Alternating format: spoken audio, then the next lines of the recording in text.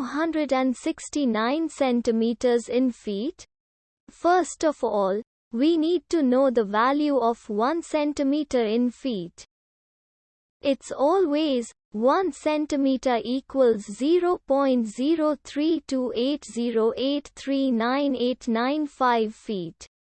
Now we have to multiply 0.03280839895 by 269. Therefore, 269 centimeters times 0.03280839895 feet equals 8.82545931755 feet. So, in other words, 269 centimeters equals 8.82545931755 feet.